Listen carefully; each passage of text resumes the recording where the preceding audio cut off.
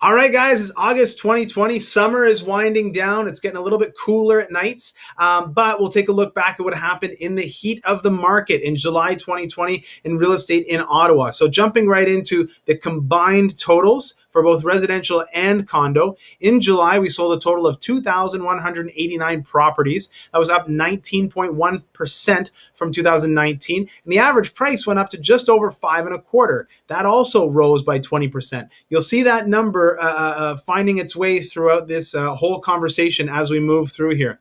All right, the inventory is less than half of what it was last year. And even lower than we saw in June 2020. So we have certainly a supply issue. What that means is that we are in a seller's market with 2189 in terms of sales and an inventory of less than that. We have 0.81 months of inventory. So that's just over 3 weeks worth of inventory. Okay. To get to a balanced market, we need something like 4 months, 4 to 6 months worth of inventory. All right. So we are a ways away from that.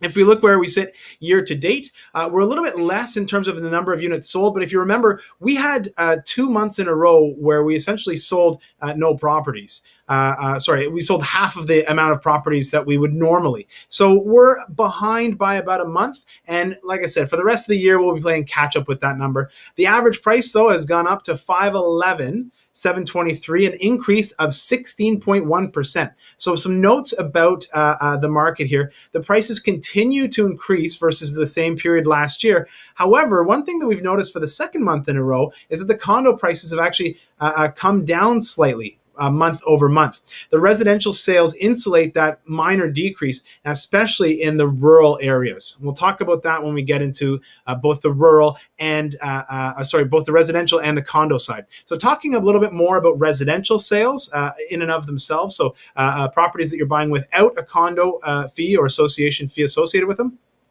We had a total of 1,646 sales, an increase of 19.4%. And the average price, again, is up 20%. Now, a big part of that is what's been carrying through in the rural section, but we'll dive into that in a moment. We've got 55.2% less properties available to buy on the market. And that's even less than we had in June 2020. So again, it's a striking conversation about a lack of inventory. Absorption rate is calculated by how many sales and what the inventory is. And again, that number is 0.81 months of inventory. So definitely a seller's market. All right. Now, if we talk about where we sit year to date, residential, we are down by 15.2% from 2020. So number of residential sales at 7573. Again, those 2 months where we had essentially April and May, where we had 55% less sales and 44% less sales. Really, essentially, we lost essentially an entire month of the year. However, the average price has not taken that huge a hit. Okay, the average price of a residential property in Ottawa year to date, so for the first 7 months of the year, is $560,000, 836. All right. Again, the notes on the residential sales, of course, they account for about 3/4 of the overall sales, and half of the rural areas that we're tracking saw growth rates between 25 and 60%, 60% growth in Elmont. So that has hugely bolstered the numbers. If you have a property in Elmont, congratulations, Mom, this is for you. You're welcome. It wasn't me. It was all the market. My mom lives in Elmont.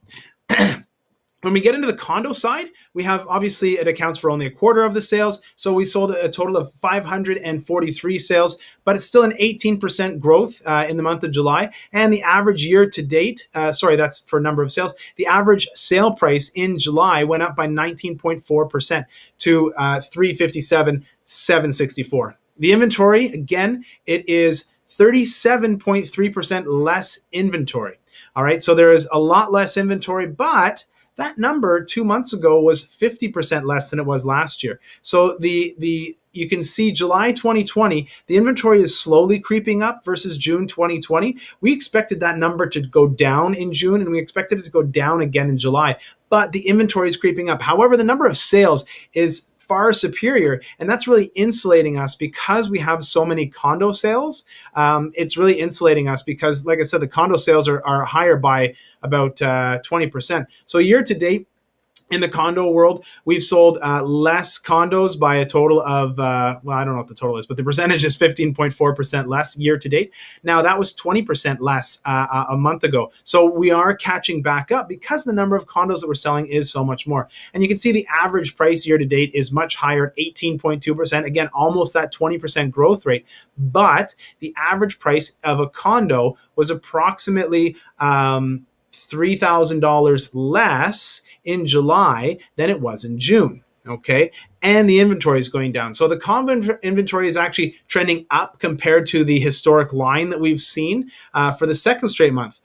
So we sold more. So the inventory is, but the inventory is increasing more rapidly. So the question is, are these the effects of Airbnbs being sold on the market that people are no longer holding on to? Are there some COVID effects here happening? We'll keep an eye out. If you're planning on selling a condo, my suggestion would be sell it sooner rather than later. Don't hold on to it.